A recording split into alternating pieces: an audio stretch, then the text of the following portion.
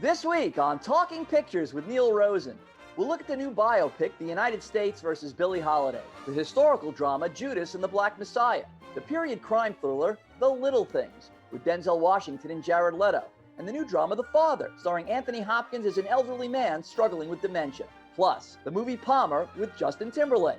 We've got all that and many more movie picks coming up.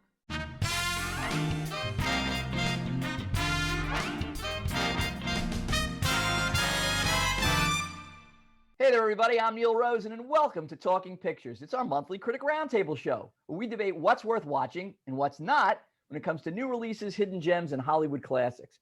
And we know that most of the movie theaters are still closed, and you're probably craving some entertainment. So along with my panel, who are all streaming from home, we have plenty of movies and TV series for you to watch at home. Joining me are Bill McCuddy from Gold Derby. Hey there, Bill. Hi, Neil. Yes, we're still at home. Please send help. Perry Nemiroff from Collider. How are you today, Perry? I am doing well, but missing those theaters myself. Yeah, we're all missing the theaters. And Jack Rico returns to the show, my buddy from Showbiz Cafe. How are you, Jack? I miss you, Neil, and I'm glad I'm here on the show with you. I'm glad you're here, too. And let's start out with a look at several new films that are available either on demand or on streaming services, beginning with something called The United States versus Billie Holiday. Let's take a look at a clip. Blood on the leaves and blood at the root. Black bodies swinging in the southern breeze. Strange fruit hanging from the poplar trees.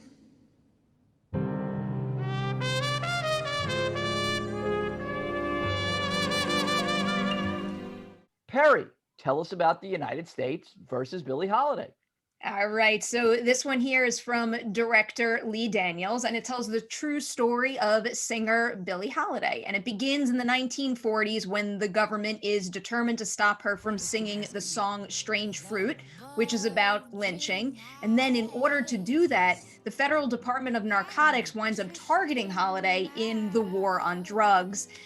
This one didn't entirely come together for me, but I will say that Andra Day is absolutely incredible in this. We already knew that she was a super talented singer, but her performance here as Billie Holiday is just so shockingly natural, impassioned, and really truly mesmerizing, because I couldn't take my eyes off of her the entire film. And that did come in handy when I think some story structure and visual choices ran the risk of taking me out of it. Bill. I was very, very taken out of this film by some of the things Lee Daniels has done. And I recommend her performance, but I don't recommend the film. Jack. I'm sort of in the same boat, Neil. I mean, if you're looking for a soap opera with Billie Holiday being tormented by the FBI, then this is for you. But if you're looking for a cinematic, artistic film that has or merits Oscar buzz, then this one isn't for you. For as much as conflict as it did have, I struggled to be attentive for the 2 hours and 10 minutes of this film. And I got to be honest with you, Billie Holiday is just more than her drug addiction. It's her music, her legacy that we should have seen a little bit more. It kind of collapses towards the third act. Well, I'm with Perry. I like the film, and I think that Andra Day's performance is incredible. I think it's Oscar, certainly Oscar nomination worthy. So much so that, I mean, she's like the living embodiment of Billie Holiday. I thought she was lip syncing to those Billie Holiday songs. I couldn't believe after I watched the movie, I researched it, that it's actually her voice. That's how much she sounds like Billie Holiday. And I also like the fact, I mean, it's a very relevant movie today. I mean, in terms of, racial injustice and police brutality and censorship. And, look, she was championing civil rights before there was even a civil rights movement. I thought that was interesting. I think it's an important film, and I do recommend the film. All right, let's move on. Bill, tell us about a movie called The Little Things. Well, it stars Denzel Washington, and let's give you the headline right up front. This movie is a snooze, Neil. The Little Things is a throwback thriller about a serial killer terrorizing LA. Denzel is a deputy sheriff in a small town called back to LA where he used to work, and he's teamed up with Rami Malek, horribly miscast, to hunt down Jared Leto. Now, that's when the movie gets exciting, when the serial killer, whether or not it's Jared or not, shows up, but that's an hour and 5 minutes into this film. John Lee Hancock made it. He's also made The Rookie, The Blind Side, and A Perfect World. All are better than this Seven wannabe. Jack? Anticlimactic. I mean, the epic fail of this ending is everything about this movie and why you shouldn't watch it. But how is it possible that you have 3 Oscar winners that can't even deliver great performances here? And it has to do with the writing and with the direction. It just feels like a 1990s generic thriller that they dusted off of the Warner Brothers archives, and it just really has no payoff at the very end. So scratch this. I do not recommend this film. Perry? I was not happy watching this movie. At first, I was kind of hopeful that maybe it would be something along the lines of Zodiac, but the pace never picks up. And then in the end, I found myself wondering, well, what was the point in sitting through all of that? And it's so unfortunate because we have such a great leading trio here, but the story overall just doesn't work to the extent that their performances in the movie just lose a significant amount of their luster. And I'm totally baffled right now by how Jared Leto scored a SAG nomination for his performance in this. Jared Leto is the only good thing in this movie. I agree with you guys. It's really like a tedious movie that goes on and on. It makes no sense. There's so many holes in the plot. I agree with you completely, Bill. Rami Malek is completely miscast in this thing. I do not buy him as a family guy with 2 kids who all of a sudden is, he's also a grizzled detective. And then he goes through this transition in the middle of the movie, and the direction and the writing don't support why he goes through that change. I would pass on this movie. And by the way, Jack, there is a payoff on the end, but it's a lousy payoff. It's in the last minute, and it's not worth the 2 hours to go through the movie to get to that payoff. So we all agree it stinks. Let's pass on the little things. All right, next up is a movie called The Father. Jack, give us the scoop on this one. Yeah, this is from first-time director, French director, Florian Zeller, who gives us one of the 10 best films of 2020, in my opinion. It stars Anthony Hopkins, Olivia Colman, Olivia Williams, Imogen Poots, amongst others. And The Father is about a story of a man in his 80s whose mind slowly starts to spiral into the darkness of dementia. And everything about this film is just absolutely stunning. Zeller directs from the point of view of Hopkins as he weaves us in and out of the nightmare of his memory loss. And at 82, Hopkins is at the peak of his powers, giving us a master class in acting. To me, The Father is more than a drama. It feels more like a horror movie to me, but it's also a reminder that this movie does have these generous and loving people that can take care of people who either suffer from Alzheimer's or dementia. So this movie to me is just one of the great films of 2020. Harry? Jack, I'm so glad you put it that way because I thought it wasn't going to sound earnest when I said this. The Father is hands down one of the scariest movies that I've seen in a while. And as someone who likes the horror genre proper, I feel like that's saying a lot. It's just, Zeller is so good at making you feel disoriented, but also within reach of what Hopkins' character had in his life prior to the diagnosis. It's so deeply frustrating and scary to really be able to feel everything just being ripped away from you like that. And I think The Father might be one of the best movies I've ever seen when it comes to conveying what it might feel like to go through something like that. Bill? Well, it's not in my top 10, but it's certainly a very, very, very good movie. I think the thing it does the best is to kind of put us into Hopkins' shoes and let us experience what's happening inside. Get out of my apartment. Get out of my apartment. I think the people that come in and out, and you're a little put off by who they are. I'm not going to give too much away, but that's the brilliance of this movie, is that you're having some of the same doubts that Anthony Hopkins is having. I agree. This is a really, really good movie. Yeah, Hopkins gives like an amazing performance. And, if you know anybody that's gone through this horrible disease, I mean, it's a very tough movie to watch. The ending of the movie is kind of like a Twilight Zone reveal, but it's also a killer of an ending. I won't give away what it is, but it's a mysterious plot device, and it's really powered by Hopkins' performance. Difficult to watch, but highly recommended. I'm not leaving my flat. I am not leaving my flat. This really is my flat. Isn't it? Judas and the Black Messiah is a historical drama that focuses on the leader of the Black Panther Party in Chicago and an FBI informant during the late 1960s. Let's take a look. You can murder a liberator, but you can't murder liberation. You can murder a revolutionary, but you can't murder revolution. And you can murder a freedom fighter, but you can't murder freedom. That's all I heard. A revolutionary.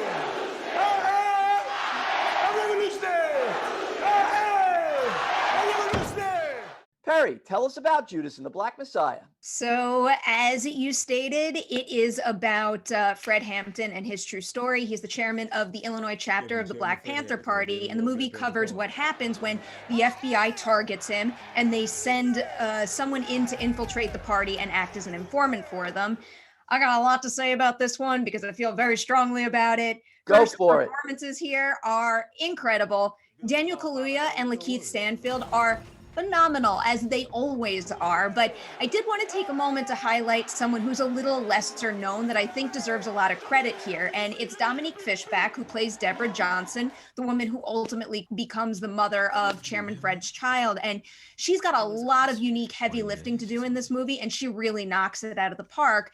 But also overall, I lost sleep over the movie in the end, over how sickening the progression of these events were. And I think it's an important thing to highlight because it's not the kind of movie that's just informative and lets you go on your way after the credits roll. It kind of ignites a fire in you that essentially acts as an extension of Fred Hampton's original mission and inspires change. Bill? I love this film. I think it's important. I think everyone should see it. I have one problem that's slight with it that I'll bring up, which is that Stanfield's character is rudderless and really at times we're not exactly sure what side he's on. He also goes to dinner with Jesse Plemons from the FBI, enjoys steak and cognac with him, and obviously in a public restaurant that he could be discovered in. Those are nits. This is a fine, fine film. Stay for the very end where you're going to learn some things and meet some real people. And then there's a tragic, tragic twist.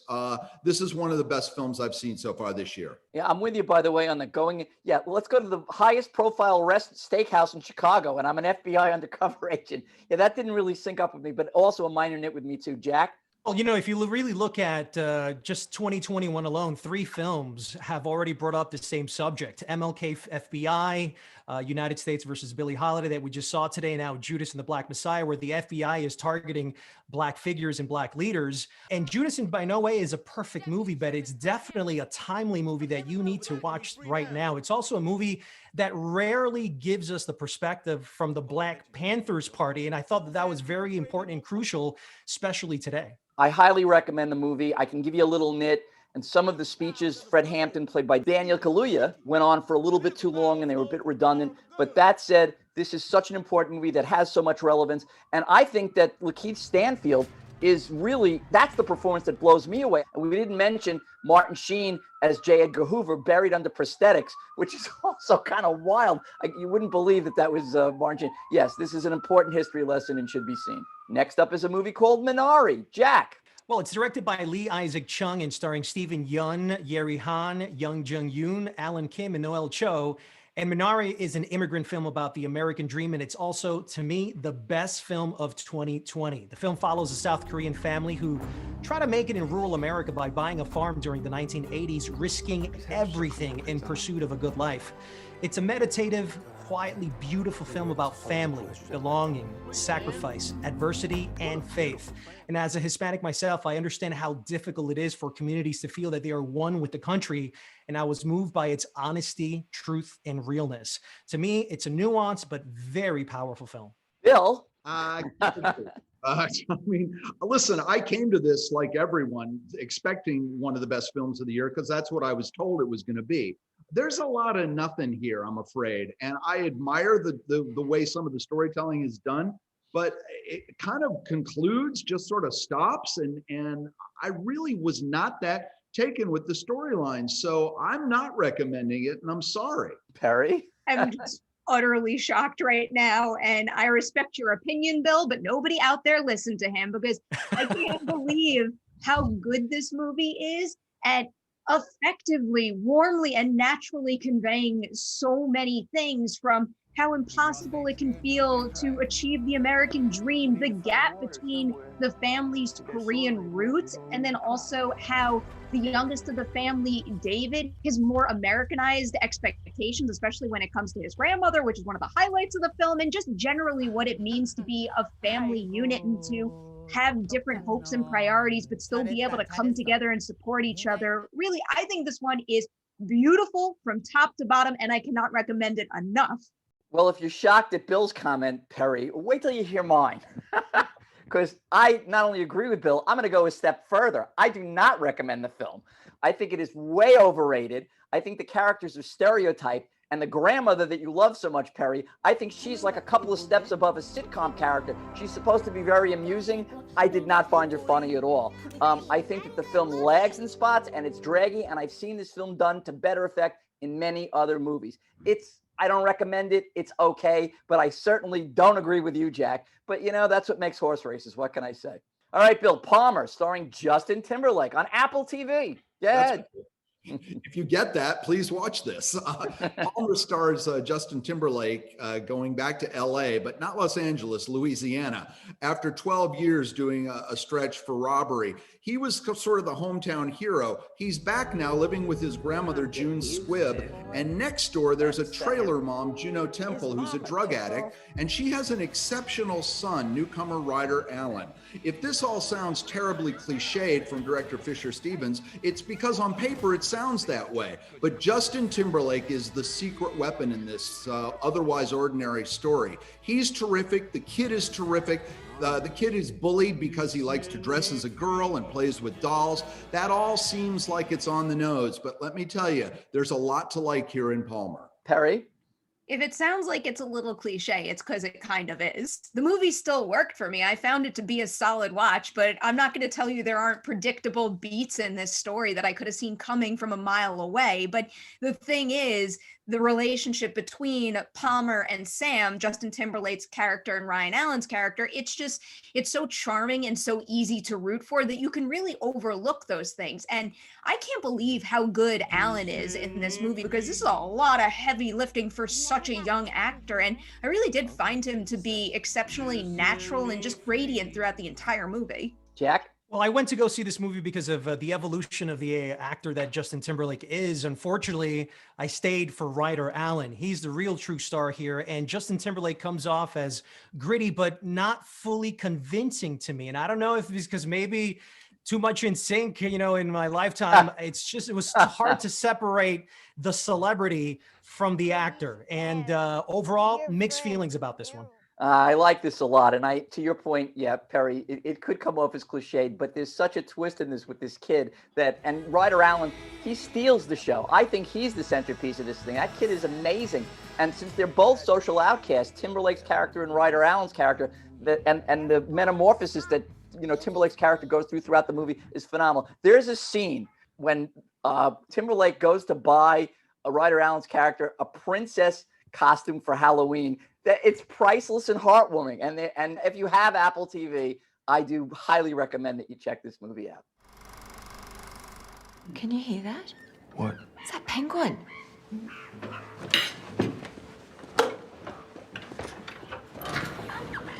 Hey! Hey! Leave her alone! Penguin! Leave her alone!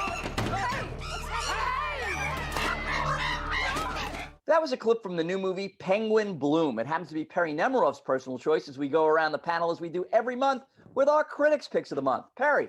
You can watch this one on Netflix. It tells the true story of Sam Bloom, who's played here by Naomi Watts. And what happens is she goes on a family vacation and suffers a fall that leaves the lower 2/3 of her body completely paralyzed. As an active person, an athlete, an active mother, it's really difficult for Sam to adjust to this new lifestyle, but a source of encouragement comes in an unlikely form. It is a baby magpie that the family names Penguin. I just cannot explain how much I adored this movie. I've probably seen it too many times since it debuted at TIFF last year, but it's just the perfect balance of respecting the severity of what happens to Sam Bloom and also being hugely heartwarming and inspiring too. And then of course, the little magpie in the movie is just the most heart-melting thing that I've seen in a while. They actually shot the film with real birds, and I just think that made such a big difference in terms of really conveying the relationship that Penguin has with her human family and making their connection so palpable. Yeah, the bird trainer, props to that person. But I do think it's sort of predictable and also like a Lifetime movie, except it's cast.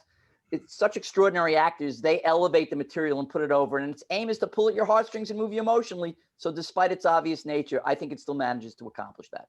Hey, but Perry, we know at Collider you love these really horror films. So like the magpie attacks Naomi, right? And like eats her. Oi, oi, oi. Funny guy.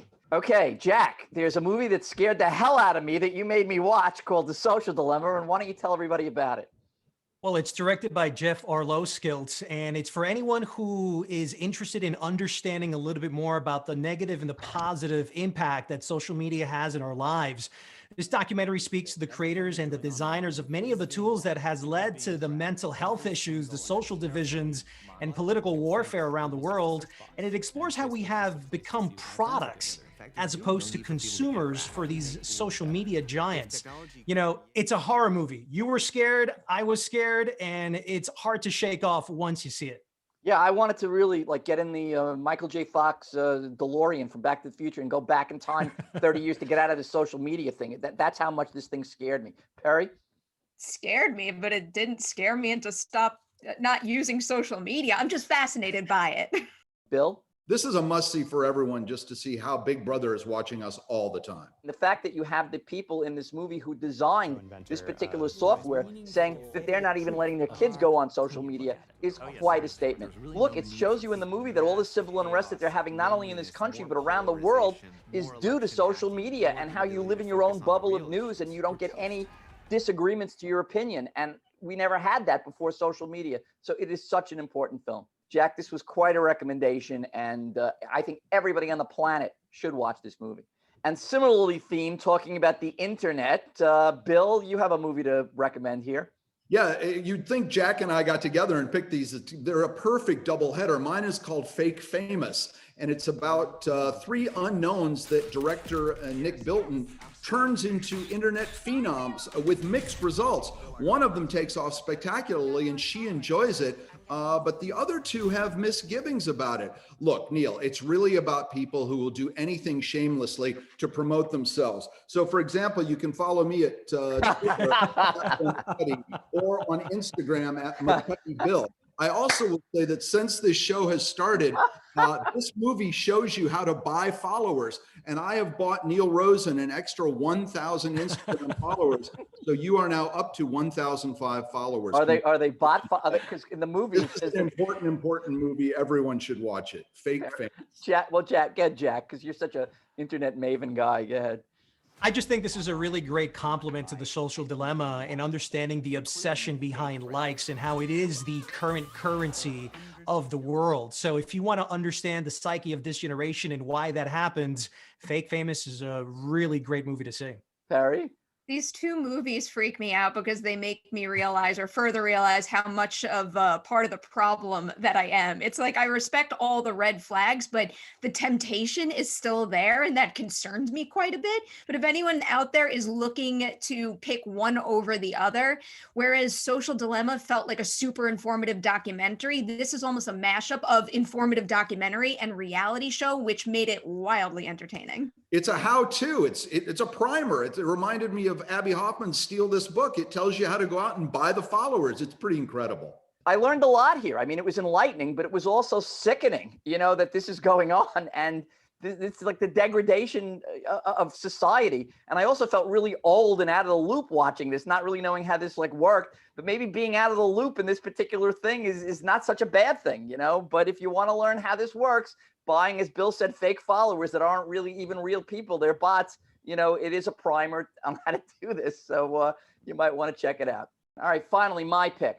Well, 10 years ago, Martin Scorsese directed a feature-length film documentary called Public Speaking about the New York writer and humorist Fran Lebowitz. Now the pair is back with a 7-part docuseries called Pretend It's a City.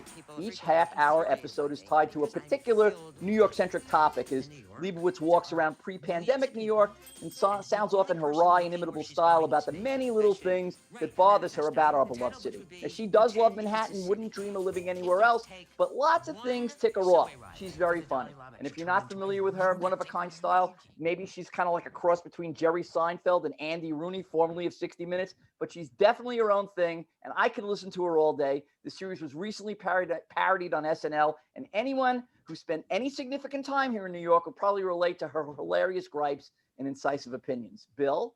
It's great, except for one thing. She's turned Martin Scorsese into Martin Scorsicathon. He's like her Ed McMahon. He just laughs at everything she says. I actually feel bad for the guy. He's a huge, huge fan, and he's a huge, huge friend, and it's very evident. This is all pre-pandemic, as you said, so it's bittersweet to watch, but I recommend it at least for New Yorkers and maybe outside of that zip code. Jack? You know, Fran Lebowitz is like one of the last great raconteurs from New York City. She knows how to tell a great story. Unfortunately, this whole thing felt like a time capsule to a New York City that no longer exists, and therefore it just lacks the urgency to see it.